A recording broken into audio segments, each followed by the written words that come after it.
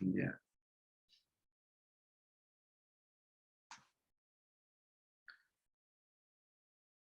A ver, las artropatías podemos dividirla en cinco, cuatro o cinco grupos, ¿no? Por ejemplo, un grupo sería las osteoartrosis, o también llamadas enfermedad degenerativa articular. Algunos textos lo ponen como osteoartritis, ¿ya? Son sinónimos y significa lo mismo, ¿no? Hay otro grupo de artropatías como por ejemplo las espondiloartropatías seronegativas. Tienen un antígeno de histocompatibilidad positivo, como es el HLB27, ¿no? Sí, si no me equivoco, HLA-B27, ¿no? Que siempre tiene eso en sangre, lo piden, y sale por lo general positivo en estos pacientes. Y ahí están por las principales en este grupo de las artropatías seronegativas, la espondiloartropatía seronegativa, está la espondilitis anquilosante, está el síndrome de Reiter, está la psoriasis artrítica, ¿no? Artrosis psoriásica también. Y también está ahí las de enfermedades inmunológicas intestinales, también entran en ese grupo, ¿no? Hay otro grupo de artropatías, como por ejemplo ustedes conocen la artritis reumatoide, ¿no? Que tiene una propia identidad clínica y también de imagen, ¿verdad? Y otro grupo, por ejemplo, las artropatías del tejido conectivo, enfermedades del colágeno, ahí están pues el lupus, está la esclerodermia, etcétera, ¿no? Y por último también podemos ponerlo ahí en ese grupo las artropatías metabólicas, como son la gota, la pseudogota, etc. Entonces, cada una de esas tiene al menos la mayoría de este grupo tienen sus propias identidades radiológicas, se podría decir, ¿no? Uno puede hacer un diagnóstico diferencial mediante una radiografía. Y la mejor técnica de imagen es justamente la radiografía, ¿no? Aunque últimamente se hace mucha ecografía de partes blandas, por ejemplo, de mano, se hace resonancia magnética de mano también, en busca de derrames articulares, de edema óseo, de erosiones, etcétera, ¿no? Para valorar mejor el cartílago. Ya, la ecografía también se hace mucho, ecografía reumatológica, ¿no? Hay cursos que hablan mucho sobre esta teoría de la reumatología, o sea, la ecografía aplicada a la reumatología, ¿no? Son métodos diagnósticos que tienen se podría decir en el campo médico no mucho tiempo, ¿no? Y la verdad que dan una gran información. El problema de los rayos X es que tú vas a ver ya un cambio radiológico cuando la enfermedad ha avanzado. Ese es el problema de los rayos, ¿no? Ya cuando realmente ha avanzado la enfermedad, cuando ya el paciente tiene sintomatología muy evidente, incluso haya deformidad de las estructuras óseas, bueno, ahí sí vamos a ver los signos radiológicos, pero en los estadios iniciales, la ecografía y la resonancia magnética tiene mucha importancia. Ya les voy a explicar por qué. Y justamente la ecografía Doppler, ¿no? La Doppler. Por ahí hay unos criterios de Oramet, me parece, no me acuerdo si estoy diciendo lo correcto, que valora de acuerdo a grados la sinovitis, los derrames articulares, etc. Los reumatólogos piden mucha ecografía de manos, para justamente ver estos criterios de sinovitis, derrames articulares, erosiones, etc. Correcto. Me he tomado el atrevimiento de estas diapositivas no son mías, son de una colega profesora mexicana, que es muy práctica, ¿no? Yo siempre la escucho, a veces en mis tiempos libres. En vez de estar chateando alguna cuestión, me pongo a escuchar. Hay muy buenos temas, ¿no? en esto de las redes sociales. Ya, bueno, más o menos es algo parecido como les comento, ¿no? El daño, ¿cuál es la afección principal en las artritis? Es el cartílago, ¿verdad? El cartílago. Eso es lo que se daña, ¿no?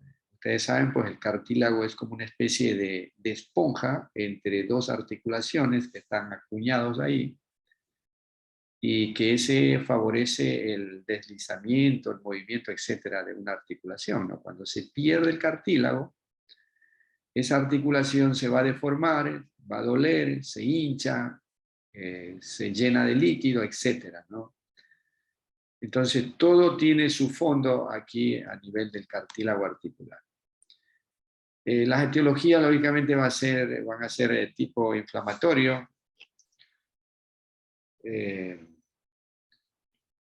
como son aquí, por ejemplo, la artritis reumatoide, las espondiloartropatías seronegativas, y también hay un grupo de infecciones como la artritis séptica, justamente más en los niños, ¿no? Se ve artritis séptica.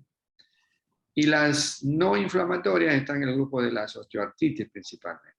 ¿Ok?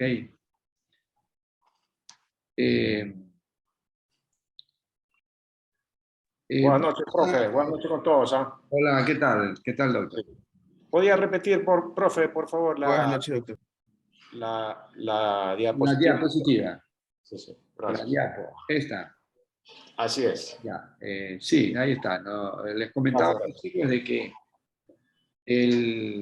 ya habíamos hecho una introducción del grupo, cómo a mi modo, cómo lo ha dividido, por ejemplo, el grupo de las artropatías, ¿no?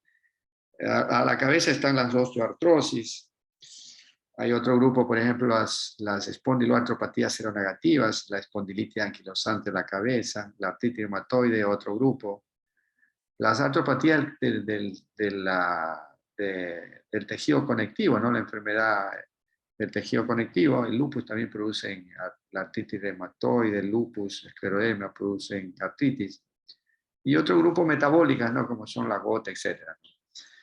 Y aquí el daño principal de toda artropatía es justamente el daño articular.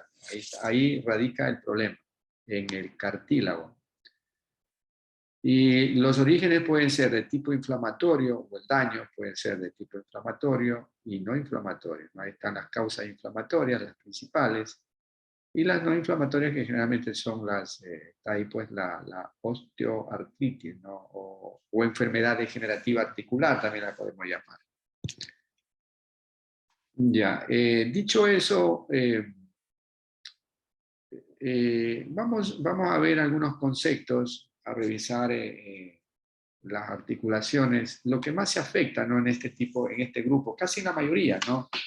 Las afecciones más comunes son en manos, rodillas, hombro. Bueno, las espondiloartropatías seronegativas afectan más a las articulaciones sacroiliacas y a la columna lumbar, ¿no? Eso vamos a dejarlo, vamos a ir hoy día por grupos. Por ejemplo, en manos tenemos que tener presente, bueno, lo que es cuando hay compromiso dependiendo, ¿no? Una articulación va a llamarse monoartritis, oligoartritis, cuando hay compromiso de 2 a 4 articulaciones, y poliartritis mayor a 5 articulaciones, ¿no? Así es el concepto que se maneja. Esto de la simetría es importante también, cuando son generalmente la artritis reumatoide y las enfermedades del tejido conectivo producen daño simétrico, ¿no? Simétrico y bilateral. Las asimétricas unilaterales, por lo general son la enfermedad degenerativa articular y las espondiloartropatías seronegativas. Ya, por ejemplo, en mano debemos conocer que hay algunas articulaciones y las más importantes, las que tienen afectación, va a ser, por ejemplo, esta es la articulación radiocarpiana. Radiocarpiana, esta es una proyección AP de la mano. Todo el diferencial que vamos a hacer ahora está dado por rayos, ¿no? Por rayos X. Entonces aquí la articulación radiocarpiana, aquí por ejemplo, esta articulación es importante, la del primer dedo, que es la carpo-metacárpica, ¿no? Del primer dedo. Carpo-metacárpica del primer dedo. Importantísimo. Esta se afecta generalmente, es bastante característica en la osteoartrosis o enfermedad degenerativa articular. Esa se afecta aquí. Luego tenemos esta articulación que se llama la metacarpofalángica,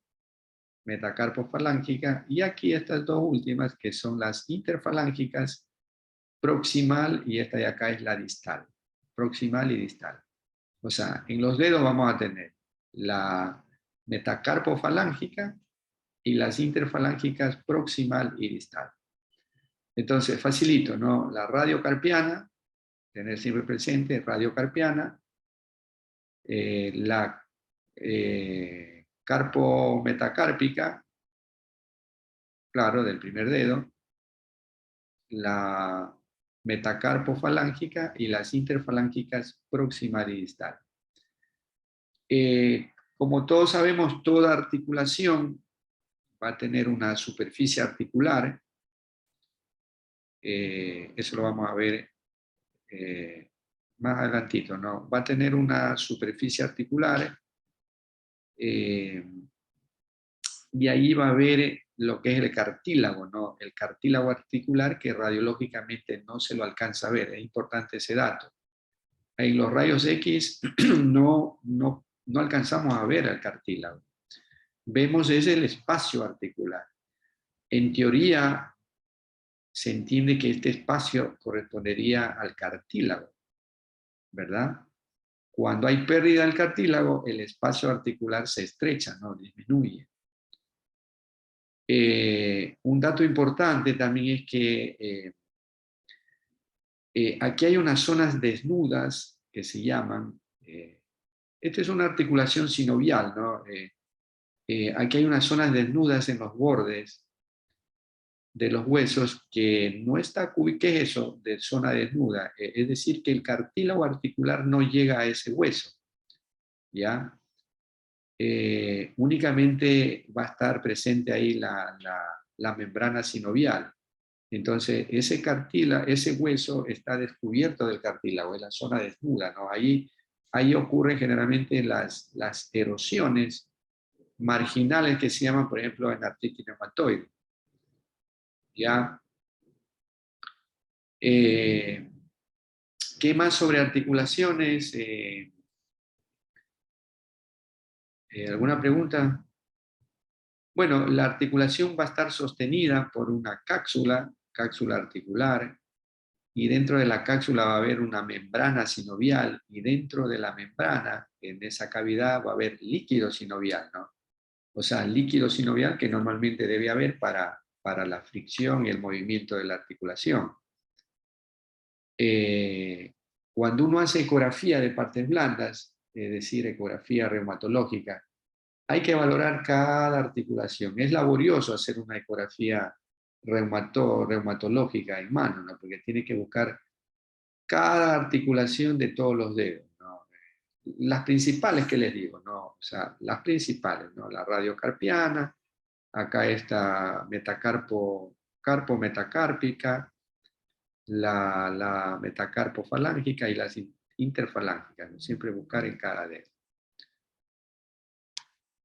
Ya,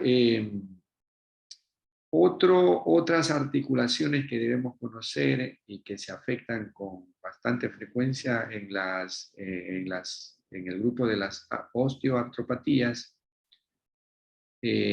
son las rodillas, ¿no? Las rodillas, los tobillos y también las articulaciones de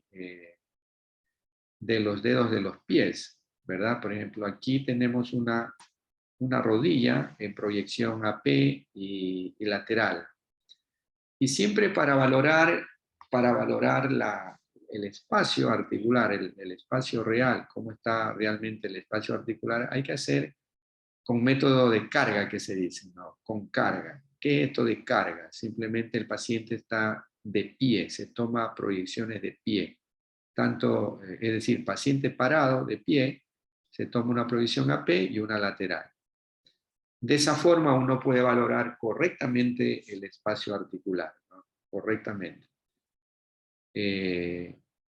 Bueno, igual aquí, por ejemplo, tenemos, se podría decir, 3 compartimentos: el femorotibial, compartimento interno; el femorotibial, compartimento externo; y acá en la proyección lateral se ve el compartimento femoropatelar, ¿no? Femoropatelar.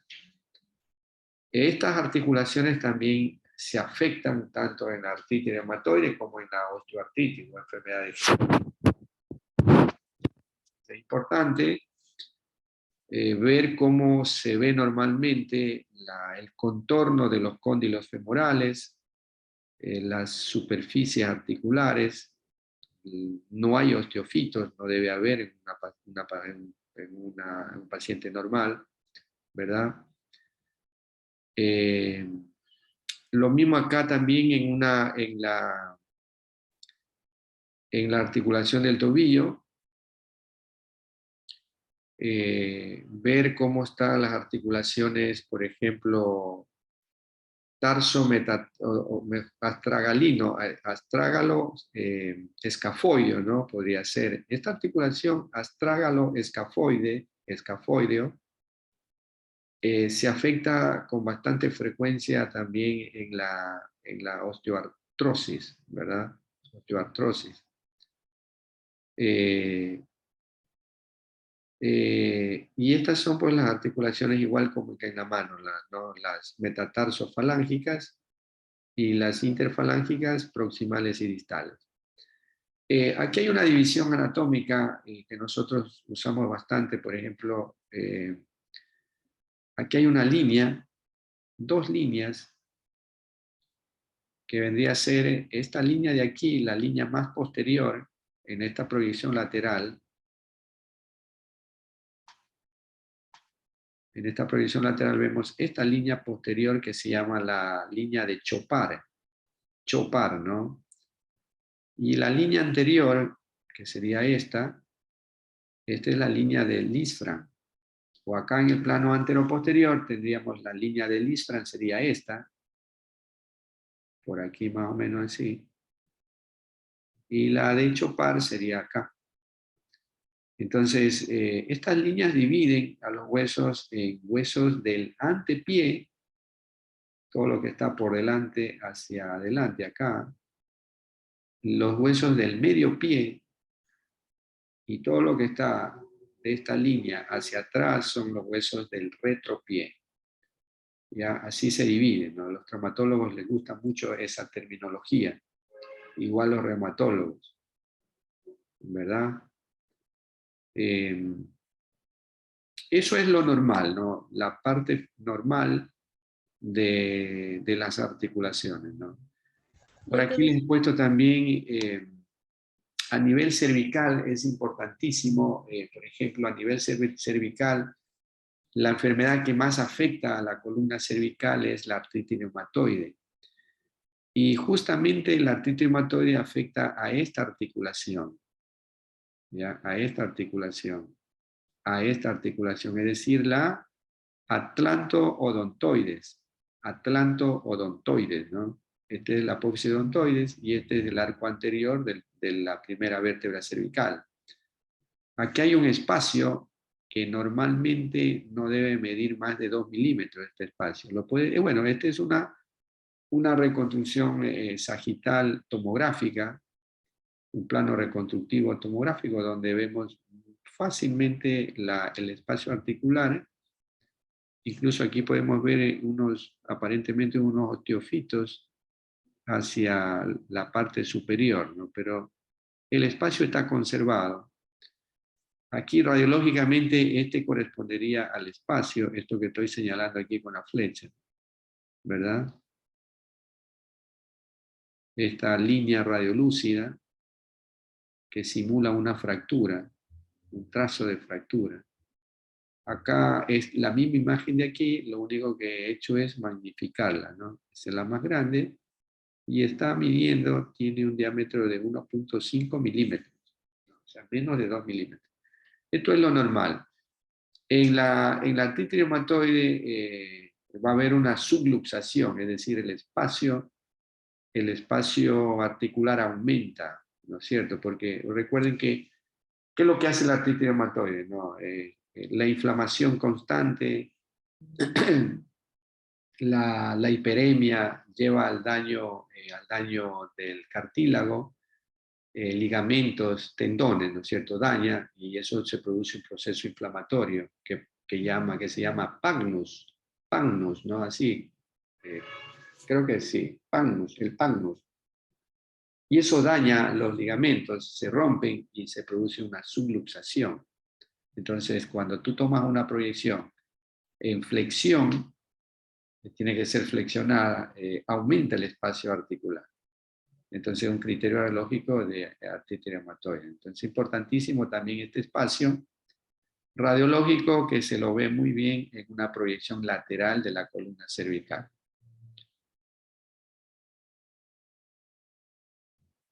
Ya. Esta es una diapositiva de una colega que ya les mencioné, tomado de ahí, donde lo ilustra muy bien, ¿no? Lo ilustra muy bien la articulación, el cartílago en rojo, ¿verdad?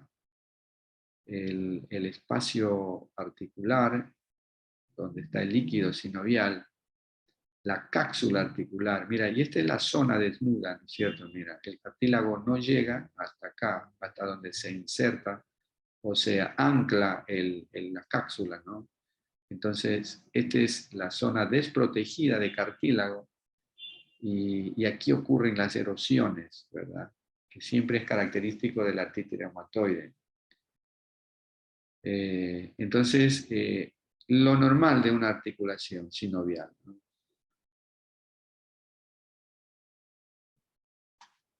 Ya, estas imágenes es para mostrarles qué es lo que tenemos para valorar el cartílago. El cartílago, ya dijimos que a los rayos no lo vemos. No es posible ver el cartílago como está. Apenas vemos el espacio articular. Lo podemos valorar al cartílago articular mediante dos métodos de imágenes, ¿no? La ecografía y la resonancia magnética. Son dos buenos métodos diagnósticos. El único inconveniente de la ecografía es que en aquellas articulaciones que son difíciles de abordar, no se va a ver bien al cartílago por el abordaje, no porque no lo ve, es por el abordaje. Por ejemplo, aquí yo he hecho un abordaje de una articulación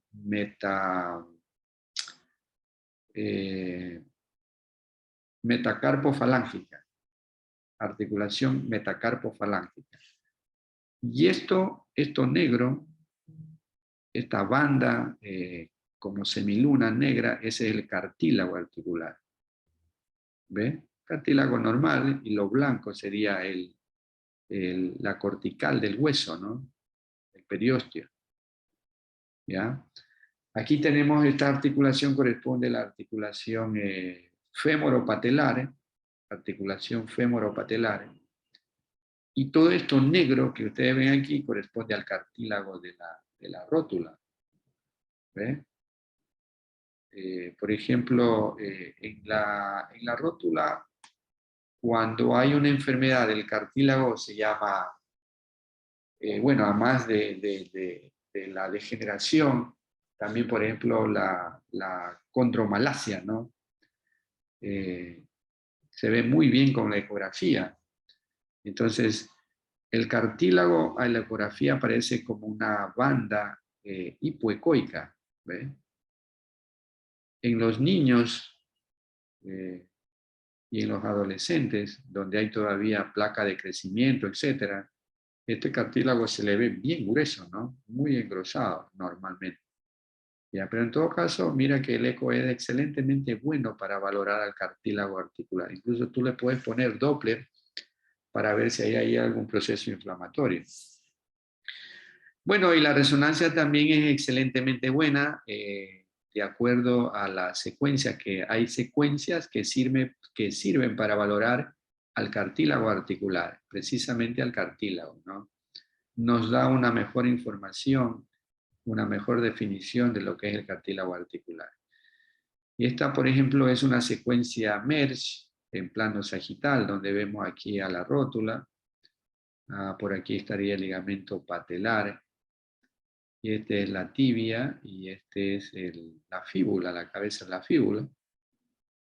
Y todo esto que vemos aquí, esta línea o banda hiperintensa corresponde al cartílago. Incluso vemos aquí el cartílago patelar, aquí hay un poquito de líquido en el espacio de suprarrotuliano. Acá también mira el cartílago en la articulación tibio-fibular o tibio-peronea. Aquí, ¿ve? Tiene buen cartílago, ¿no? Normal. Un cartílago normal. Esto sería el menisco externo, cuerno anterior, cuerno posterior. Ya, entonces la resonancia magnética es espectacular para valorar el cartílago articular, ¿no? Y de ahí es el método de elección para ver patología articular, patología ligamentosa, meniscal, etcétera, ¿no? La resonancia magnética. Pero los rayos siguen siendo el mayor examen, el más pedido para valorar las enfermedades de artropatía, ¿no? Es muy importante porque te da una pauta, ¿no? Por ejemplo, aquí uno puede decir, es una rodilla bastante buena, ¿no? Aquí, en teoría, el cartílago estaría bien. Pero para ver al cartílago tenemos las dos opciones, ¿no? Resonancia o ecografía. Ok. ¿Alguna pregunta hasta aquí? ¿Alguna cosa que quiera acotar al doctor Vaca? Sí, no, todo está perfecto, profe. ¿Está todo bien? Perfecto, sí. Ya. ¿Pregunta, chicos? No. ¿No? No, ok. Ya, correcto. Entonces, vamos a hablar algunas cositas de la enfermedad articular degenerativa. Profe, casualmente ahora estaba revisando las mismas.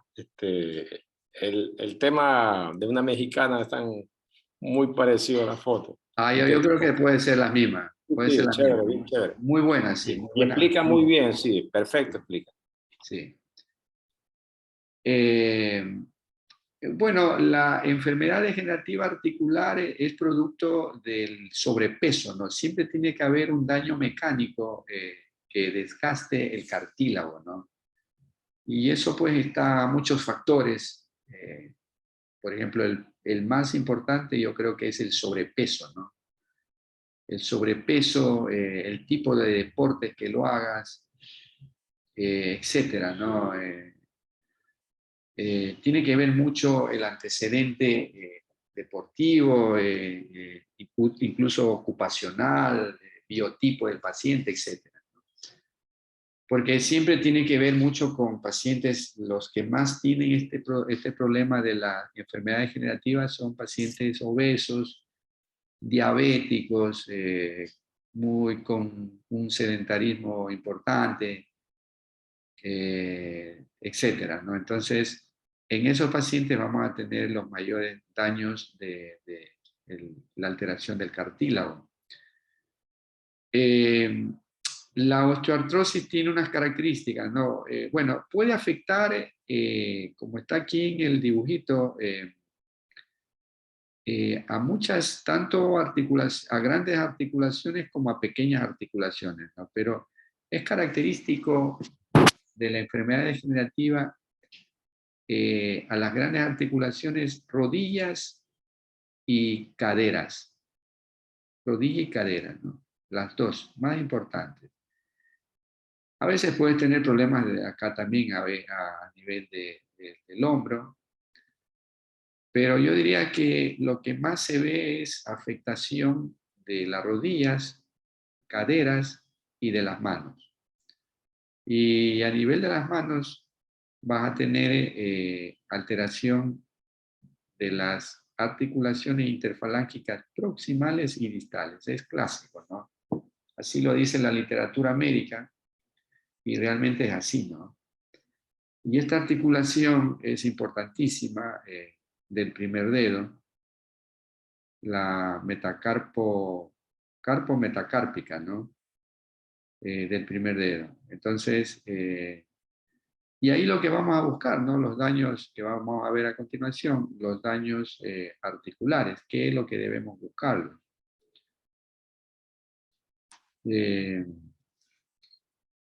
Esa es una proyección antero-posterior de la mano derecha, me parece, ¿no es cierto? Donde, ¿cuáles son los hallazgos o los criterios radiológicos que debemos buscar en las osteoartritis o osteoartrosis o enfermedad degenerativa articular, que es lo mismo?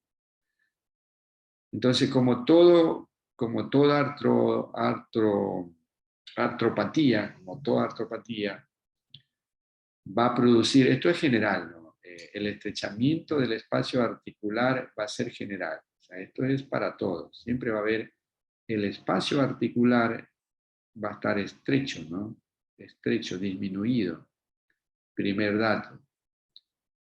La esclerosis del hueso subcondral, otro criterio, ¿no? La esclerosis, ¿qué es eso de la esclerosis? Es al haber una fricción, como ya no tienes cartílago, el hueso fricciona con el otro hueso y eso hace de que se produzca una formación de hueso, ¿no? ¿Ya? Y por eso se ve con una densidad aumentada, lo que se llama esclerosis, ¿no? Como una cicatriz, el hueso trata de defenderse de esa injuria, de ese roce, y se produce la esclerosis. Es decir, aquí se va a ver como una línea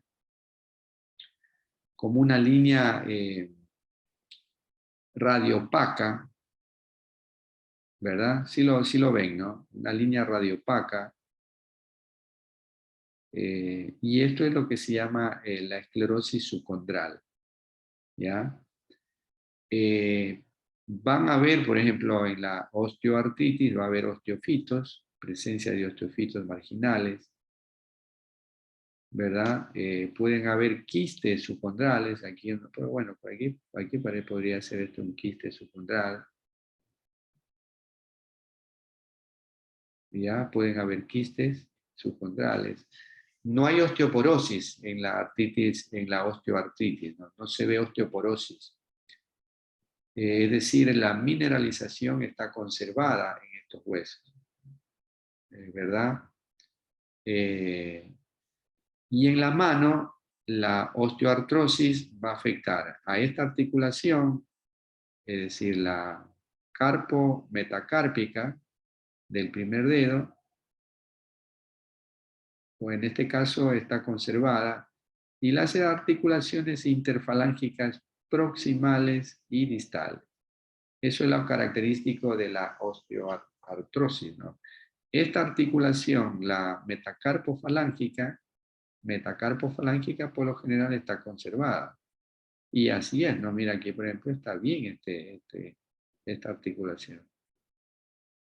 Pero aquí sí hay ya un espacio, un estrechamiento del espacio con cambios escleróticos del hueso subcondral. Y eso comienzan a verse pequeños osteofitos, ¿no? Ya vamos a pesar que en la clase anterior lo dijo el doctor Vaca, cuál es la diferencia entre un osteofito y un sindesmofito, ¿no? Más adelante lo vemos. Ya, a nivel de las rodillas, a nivel de las rodillas, o en grandes articulaciones vamos a tener esto, ¿no? Repito una vez más, para valorar el espacio articular, la radiografía deben ser tomadas de pie. Esta es una proyección AP de rodillas comparativas, donde vemos, ¿qué les llama la atención ahí? Ah, chicos. Reducción del espacio articular del lado derecho sería, de la articulación derecha. En su A ver, porción hay interna. disminución del espacio articular femorotibial. ¿Qué compartimento?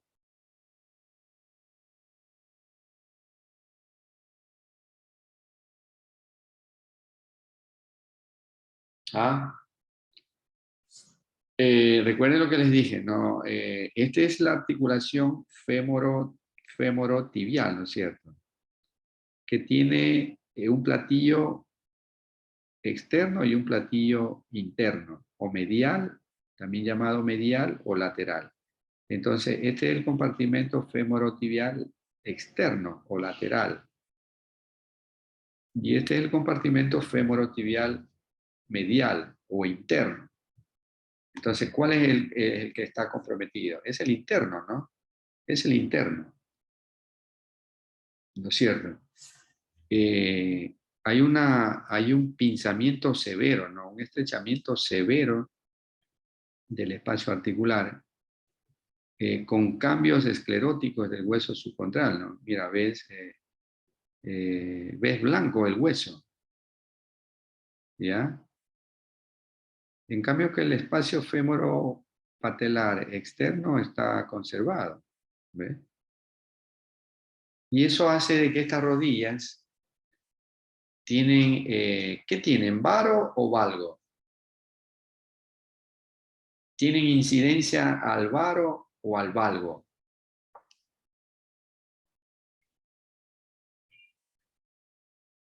¿Qué dicen, chicos?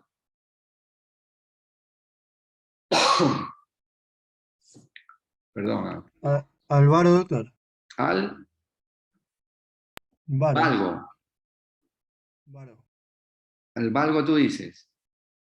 Varo. Varo, no al varum, no varum, o varum, sí, varum. Varo. Varo. Claro, están hacia adentro, tienen una curvatura hacia adentro, ¿no? Así es, doctor Vaca, ¿no?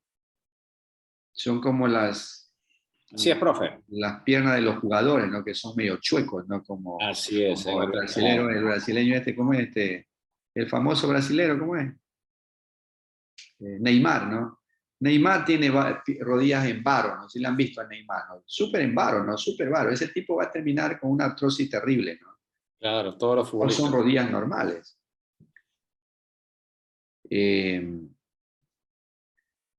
Fíjate que a esto se refiere el concepto que no son simétricas, ¿no? O sea, aquí, por ejemplo, está afecta solamente el compartimento medial.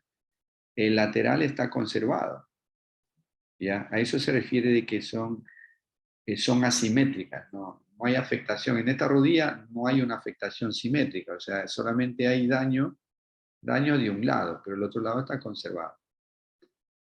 Ok. Eso, bueno, aquí faltan algunas cosas, ¿no? No encontré, cuando uno busque, ¿verdad? Que ese dicho que dicen, cuando uno lo busca no lo encuentra.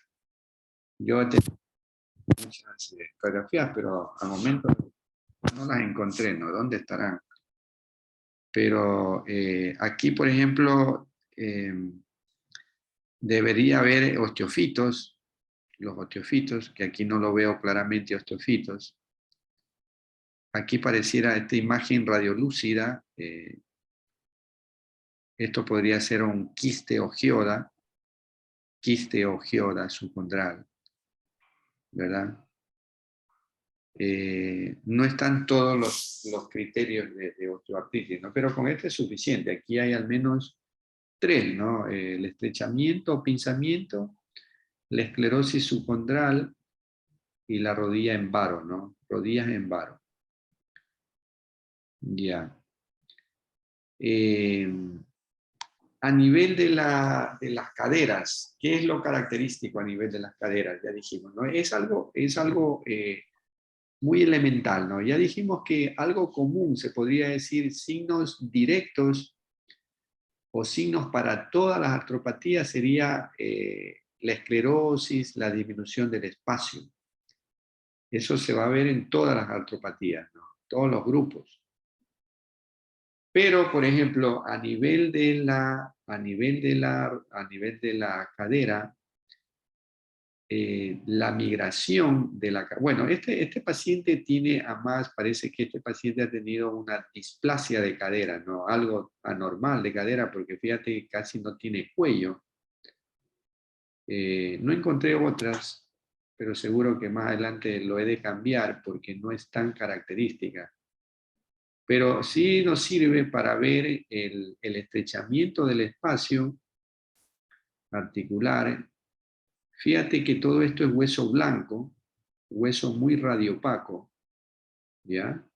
Hueso muy radiopaco, que corresponde a esclerosis del hueso, y por aquí hay unas zonas radiolúcidas focales que seguramente corresponden a quistes subcondrales, que eso lo puedes ver los quistes mejor en la resonancia magnética. Y una cosa que les quiero comentar es aquí, por ejemplo, el desplazamiento de la cabeza del fémur, ¿no? Bueno, aquí prácticamente no hay cabeza, ¿no? Está deformada. Pero en la osteoartritis, la cabeza migra o se desliza hacia arriba y hacia lateral y hacia afuera. Hacia arriba y hacia afuera. ¿Ya? Superolateral sería, ¿no? Un desplazamiento superior y lateral. No sé si me entienden, ¿no? En cambio que en la artritis reumatoide, por ejemplo, el desplazamiento de la cabeza femoral es hacia adentro, para acá, se dirige hacia la parte medial del acetábulo, que diera la impresión como que rompe al techo acetabular.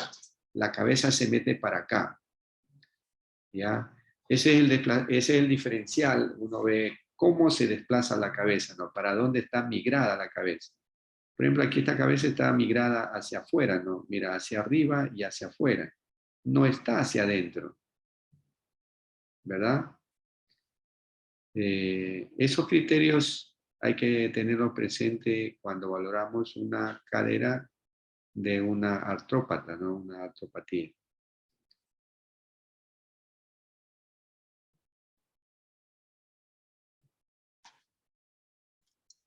También en la osteoartritis o enfermedad degenerativa puede afectarse la columna, ¿no? La columna lumbar sobre todo, ¿no? Donde se ven mejor los osteofitos y los sindesmofitos.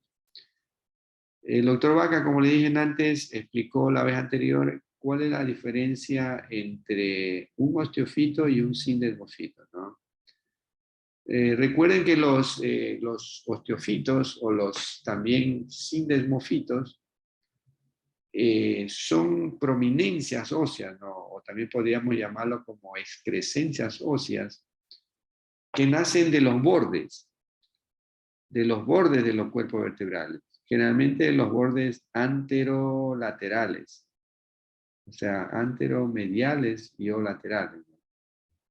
De ahí nacen estas excrescencias óseas. Por ejemplo, el osteofito tiene una dirección casi horizontal, ¿no? Casi horizontal.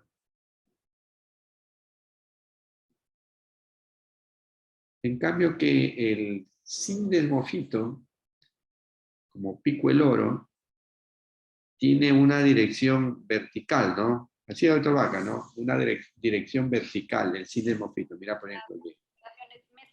Así es, profe. Esta tiene una dirección hacia arriba y esta hacia abajo. Estoy acá. Este, por ejemplo, aquí hacia atrás, este sería un cinemofito que tiene una dirección horizontal. ¿Ya? Aquí en la lateral, mira, en la proyección AP, podemos ver cómo tiene una dirección casi vertical, ¿no? Aquí lo mismo, mira, como que se une con otro.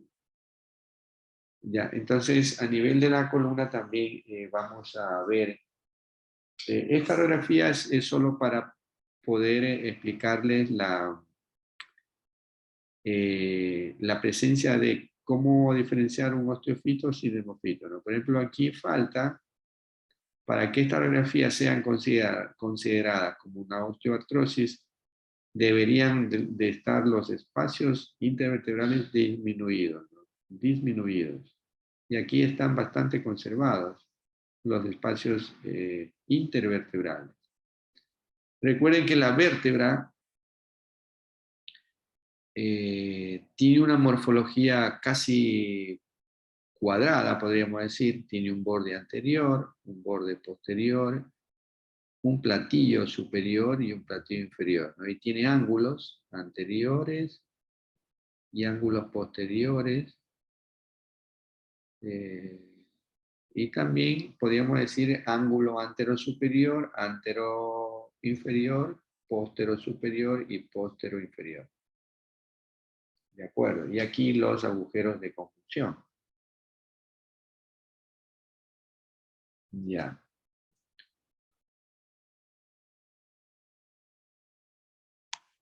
Eso sobre enfermedad degenerativa articular. Enfermedad degenerativa articular. Ahora veamos un poquito de lo que es de lo que es la artritis reumatoide, ¿no? La AR. ¿Ya? Justamente este es el problema de los rayos, ¿no? Que diagnostica ya en las etapas avanzadas, ¿no? Ya no tiene sentido ahorita hacer un diagnóstico porque clínicamente tú lo vas a ver, ¿no? Desde el punto de vista clínico. Estas son también imágenes de la doctora. Y las deformidades en cuello de cisne, las deformidades en ojal, que llaman la clínica. Por aquí faltan los nódulos ¿cómo son los nódulos de Heberden, ¿no? Los de Heberden y los de Bouchares, ¿no es cierto? ¿No? Así es, ¿no? Así es. Vamos a ver. Eso en clínica lo van a ver mejor, ¿eh? Y lógicamente en la placa radiológica va a haber deformidad, pues, ¿no es cierto? ¿No? Y esto es lo característico de la artritis reumatoide, ¿no? Una cosa que es muy, muy frecuente es la afección de la articulación radiocarpiana. Mira aquí, por ejemplo, la articulación radiocarpiana, ¿no? Estrecha, igual va a haber, en este caso también hay esclerosis, porque ya es algo crónico, aunque dice la literatura que no debe haber esclerosis, o hay poca esclerosis, por ejemplo, aquí.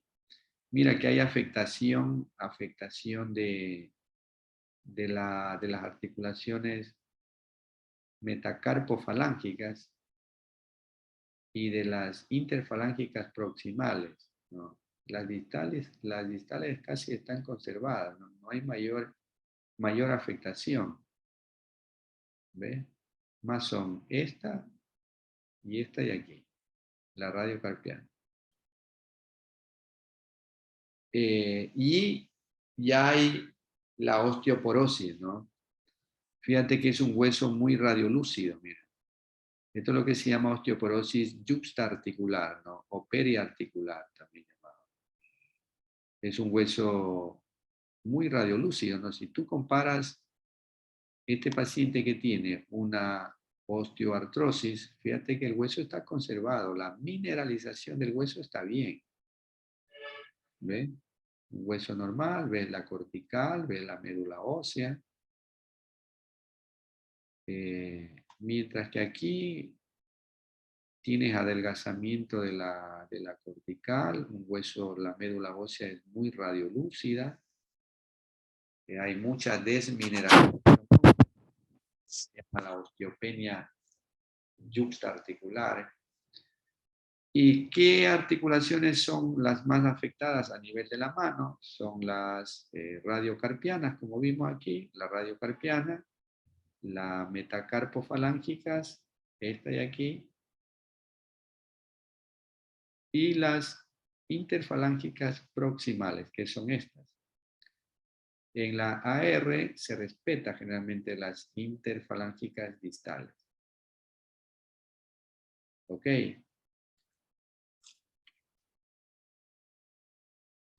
Y también en artritis reumatoide va a haber afectación de caderas, puede haber de rodillas, afecta a la columna cervical, puede afectar al hombro, etc. ¿no?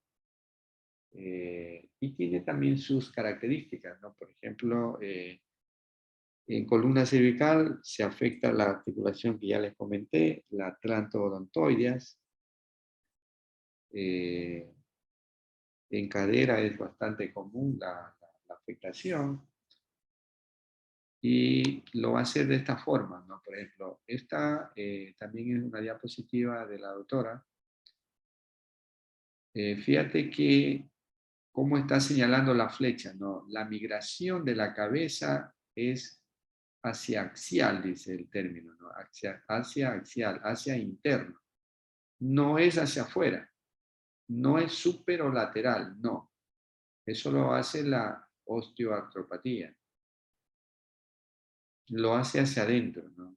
Que diera la impresión que se va a producir un rompimiento del techo acetabular o de la pared interna del acetábulo, mejor dicho, ¿no? Entonces, eso caracteriza a la artritis reumatoide a nivel de la cadera. ¿Ok? ¿Preguntas? En rodilla y en hombro, la afectación va a ser simétrica, ¿no? A esto llamamos simétrico, de los dos compartimentos, ¿no? De ambos compartimentos. ¿Ok? En este caso hay un estrechamiento severísimo del fémur patelar, tanto en el compartimento lateral como en el medial. Entonces, esto podríamos sospechar que probablemente corresponda a una artritis reumatoide. Y en el hombro, la migración se va a hacer hacia arriba, no mira, hacia arriba. De tal forma que el espacio subacromial que queda aquí se va a reducir.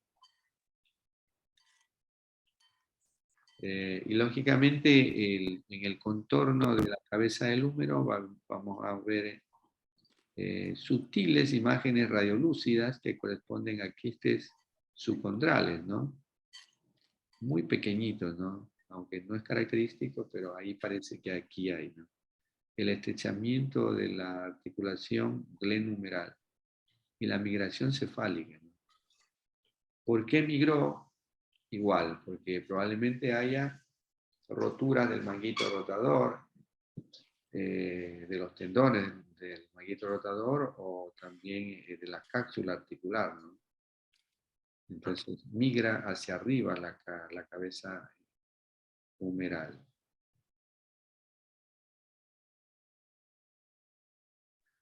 Profe, una pregunta. Claro. Las geodas o quistes subcondrales son característicos de la enfermedad de artrosis o también se pueden presentar en los problemas de artritis reumatoidea. De artrosis, ¿no? Los libros lo dicen que es característico de artrosis, ¿no? Pero a veces porque realmente, ¿qué es un quiste? Un quiste o geoda. ¿Qué es un quiste? El quiste es porque como hay una erosión, hay un daño del cartílago articular, Entonces el líquido sinovial se mete en el hueso subcondral y ahí se queda encapsulado y se forma un quiste, que lo ves muy bien en la resonancia, ¿no? También se me olvidó poner. Por ahí voy a ir armando mejor la clase, ¿no? En la resonancia se ve es muy precisa la resonancia para ver los quistes, ¿no? Pero es líquido sinovial metido en el hueso subcondral. Ese es el quiste. Entonces, como hay daño del cartílago, tanto en la osteoartrosis como en la AR, se daña el hueso y por ahí se mete líquido, ¿no? La literatura médica dice que es característico de la osteoartrosis de los quistes de Ogiora. Pero yo creo que también debería verse en la artritis reumatoide porque igual termina dañándose el hueso, ¿no? Pero bueno, el criterio es de que es propio de osteoartrosis, las geodas. Profe, y las erosiones marginales tienen una ubicación especial, usted lo dijo hace un rato, ¿no? Claro, las erosiones ¿Son marginales, características de cuál? ¿De la artritis reumatoidea? claro, es de la artritis reumatoide, sí. Las erosiones marginales es de la Perfecto, artritis, ¿no? En cambio que de la osteoartrosis son los osteofitos, ¿no? Y las erosiones marginales lo vamos a ver aquí, por aquí vamos a ver las erosiones, ¿no? Donde no hay cartílago, es decir, en los la bordes, zona desnuda.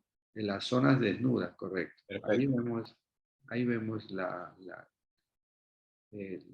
las erosiones. Ya.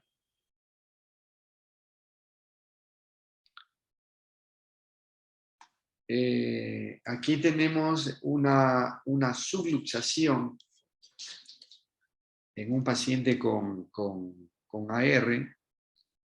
Fíjate, por ejemplo, lo normal, como les mostré anteriormente, el espacio articular, esta línea radiolúcida entre la apófisis odontoides y el arco anterior de la primera vértebra cervical, ¿verdad? Ahí queda un espacio articular. Y esto es lo normal, menos de 2 milímetros. En cambio que en esta proyección, mira cómo queda el espacio articular. ¿Ves? Acá está la apófisis odontoides.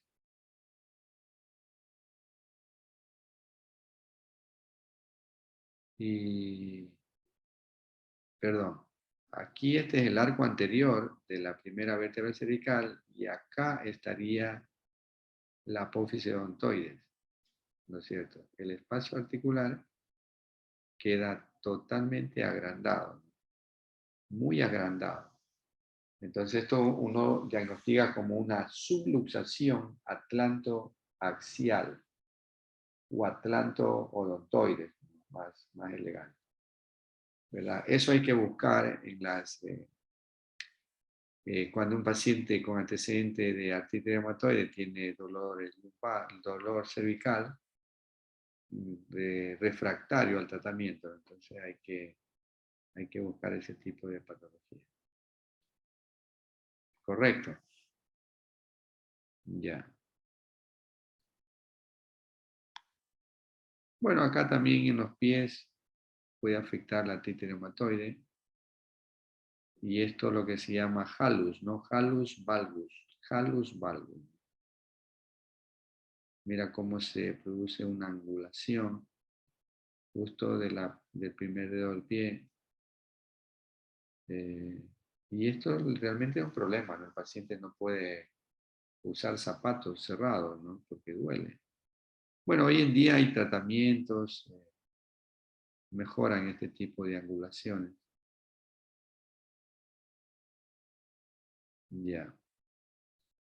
Y por último, las artropatías por cristales, ¿no? Ahí la más importante es la gota, la que hemos visto muchas veces, el doctor Vaca seguramente también ha visto, la gota, ¿no es cierto?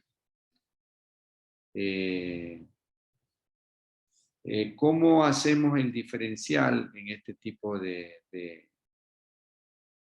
enfermedades, ¿no? Es bastante característica los criterios radiológicos. Yo les puse acá unos criterios que más o menos son bastante parecidos a los de la doctora. Por ejemplo, las erosiones son grandes, deformantes, colgantes, con bordes escleróticos. Aquí, por ejemplo, mira estas erosiones marginales colgantes, ¿no? Puede haber compromiso, como es el caso de aquí, mira, compromiso de partes blandas que simulan pseudotumoraciones o se ven como unas tumefacciones, pueden haber calcificaciones y tejido muy inflamado, ¿no? Pseudotumoral, simula un tumor, ¿ya? Y clínicamente el paciente está sintomático, ¿no? Muy sintomático. No hay osteoporosis. Y una cosa que es muy característica también es la afectación de la articulación metatarso-falángica del primer dedo. ¿Ya? Metatarso-falángica del primer dedo.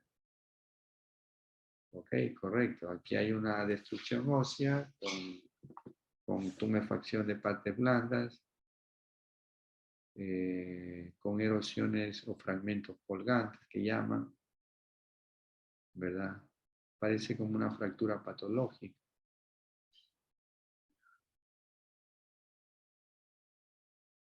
Y acá mira este otro paciente con osteofitos, como fragmentos libres. Hay una gran tumefacción de partes blandas. ¿Ven? Esto es característico, ¿no? Siempre a nivel del pie, el dedo que más se afecta es el dedo gordo, ¿no? Y cuando vemos así este tipo de lesiones como en saca bocado, ¿ve? Aquí, ¿no?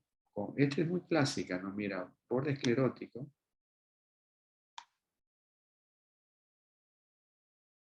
¿Ve? Se ve muy fácil el borde esclerótico, ¿no? Acá en esta diapositiva van a entender mejor, por ejemplo, estos son los criterios que nos dan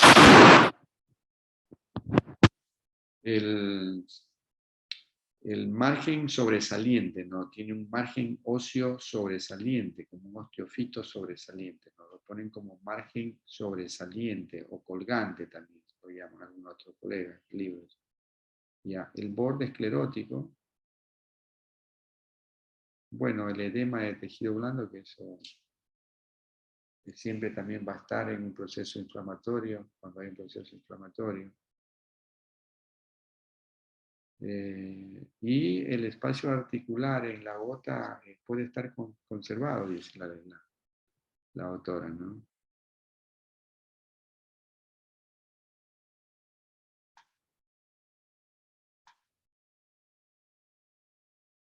Ya, esta es clásica, ¿no? Esta imagen es bastante clásica, ¿no? Mira.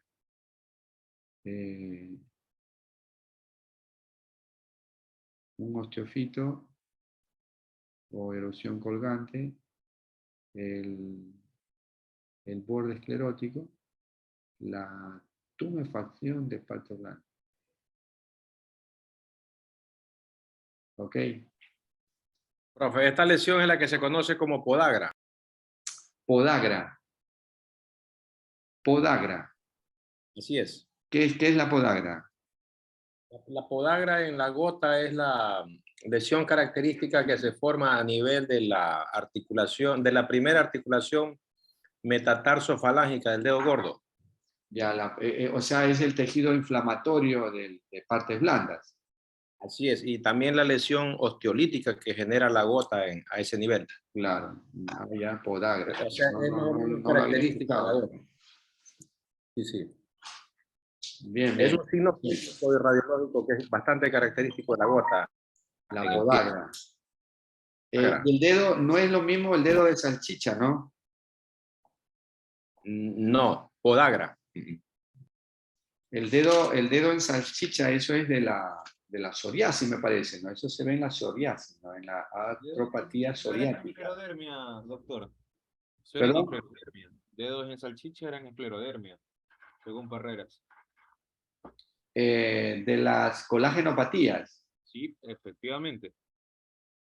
Me parece que había leído en la psoriasis, seguro, ¿no es psoriasis? No, yo lo leí en esclerodermia, en Parreras, también lo busqué. La verdad que me quedé con la duda, ¿no?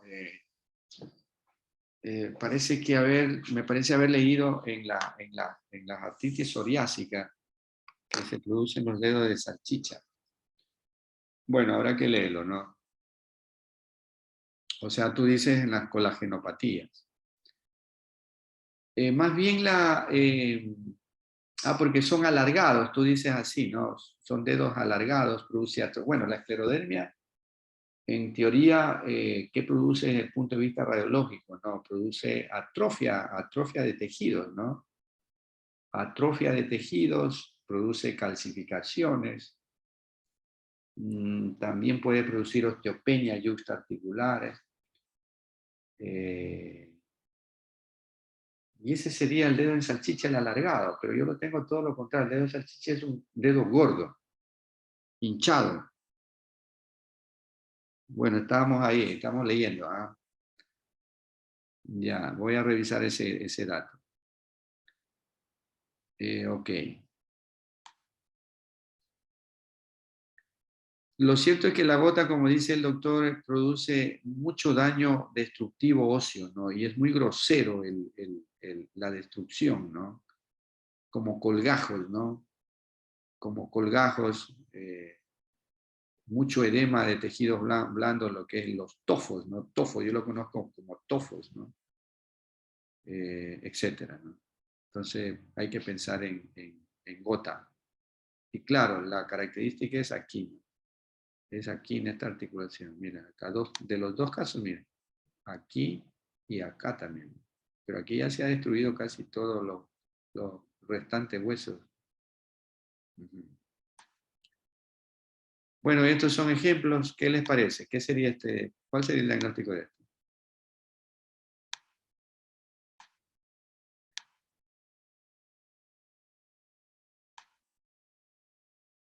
Ah, ¿qué articulaciones están más comprometidas?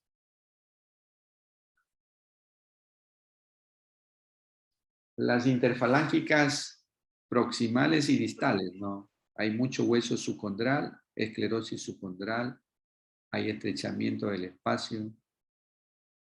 Por aquí hay unos osteofitos. ¿Ven? No hay osteoporosis. Lo mismo acá, ¿no? Muy parecido. Aquí hay como una subluxación, ¿no?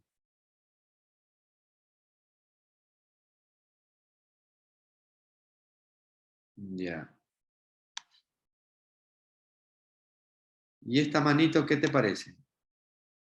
¿Qué les parece? ¿Será una enfermedad degenerativa articular o una AR? Degenerativo, doctor.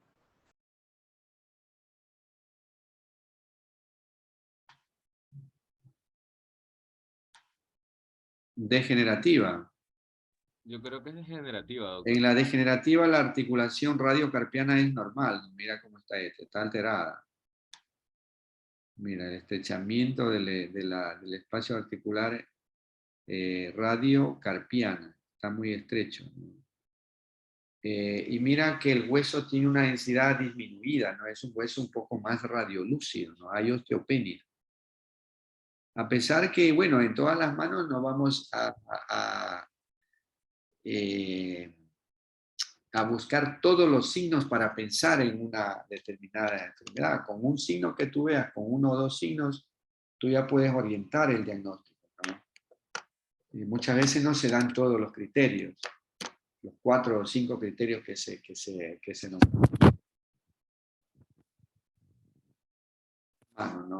Me llama la atención la radiolucidez del hueso, radiolúcido, es decir, por osteopenia, no hay osteofitos, no hay esclerosis subcondral significativa, pero aquí hay un daño muy importante de la articulación radiocarpiana. Yo me jugaría con esta mano una AR. ¿Ya? No sé qué dice el doctor Vaca. Así es, profe. Cuando yo veo, o sea, son tips pequeños que ayudan mucho, ¿no? Cuando Claro, yo veo osteoporosis correcto. en un paciente añoso, lo primerito que yo pienso es un problema de artrosis, ¿no? Además de eso, cuando afecta las articulaciones interfalángicas, yo pienso más en un problema de artrosis. Cuando veo que la lesión es a nivel del carpo o de la articulación carpo-metacarpiana, yo pienso más en una artritis reumatoidea. Ya. Perfecto. Está bien. De acuerdo, doctor.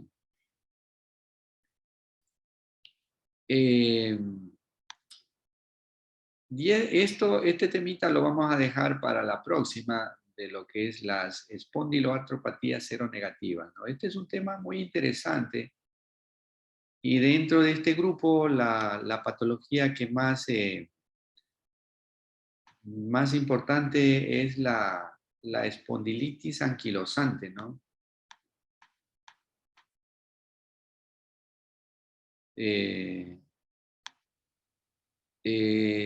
Donde muchas veces son diagnósticos que por ejemplo, pacientes, ¿y cuál es la sintomatología vamos a hablar un poquito, ¿no? de la introducción, de la espondilitis anquilosante? Primero que tienen este antígeno de histocompatibilidad, el HLA-B27 positivo en sangre. Estos pacientes son pacientes por lo general jóvenes, más frecuentemente mujeres, que se quejan de dolor de espalda, ¿no? Dolor de la columna, dolor de la cadera, ¿no? Y tú te matas haciendo radiografías y son normales, no están normales. Le haces tomografía y son normales. No encuentran ninguna deformidad todavía en los estadios iniciales. Y tú haces una resonancia magnética de columna lumbar y articulaciones sacroiliacas y lo que encontramos son ahí edema óseo, ¿no? Edema óseo de los ángulos de los cuerpos vertebrales lumbares y también puede haber edema óseo en el hueso subcondral de las articulaciones sacroiliacas. Ya puede haber líquido, incremento de líquido, hay edema óseo. Entonces, más la sintomatología y más este antígeno de histocompatibilidad, uno hace el diagnóstico casi del 100% de una espondilitis anquilosante, ¿no? Y el tratamiento es muy diferente, ¿no? Biológicos, usan mucho el tratamiento biológico. Dolor.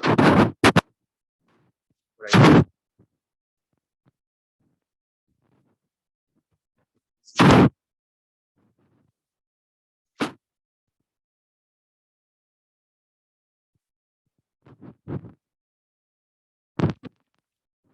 Anquilosante. Doctor, no se le escucha muy bien, doctor. Interesante esto de las No se le escucha, doctor. espondiloartropatías seronegativas. Que lo vamos a armar para la próxima clase, lo armo ya algunas diapositivas, no tengo ahorita. Y les quiero mostrar una imagen de hoy día. Esta es una mujer de 68 años de edad que viene con esa imagen radiológica. ¿En qué pensarían? Bueno, ¿qué hay? ¿Qué se ve en la radiografía?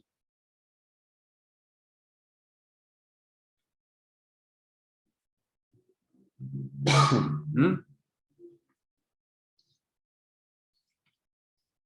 ¿Qué les parece?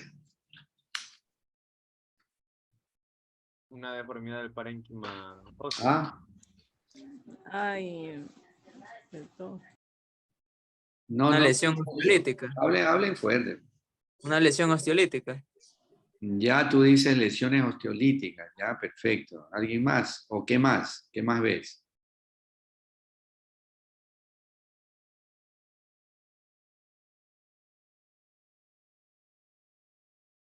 ¿Mm?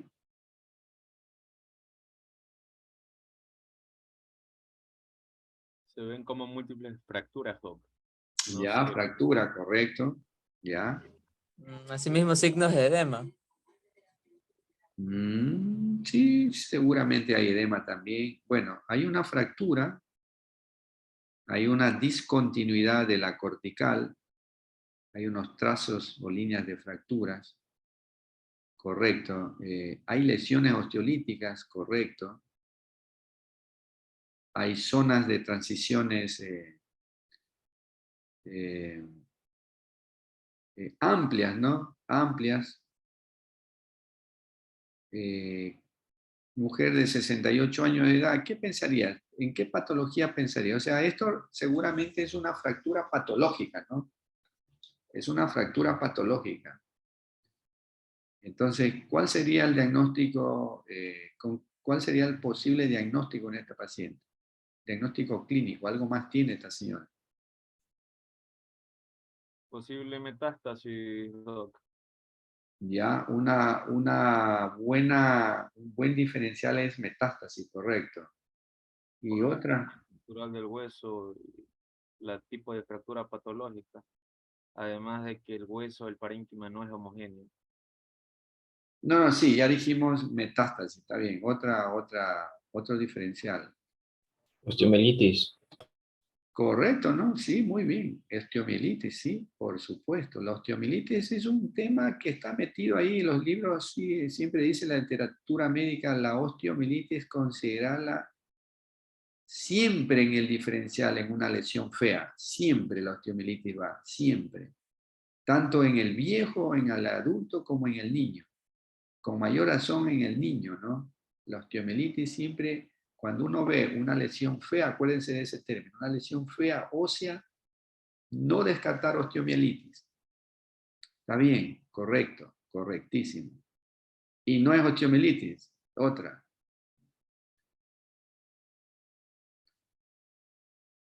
Esta señora tiene un antecedente de MM, Mieloma múltiple, Doc. mieloma múltiple, sí. Perfecto, profe. Mieloma múltiple, sí, muy bien. Bueno, de lo poco bueno, ¿no? Así es el dicho.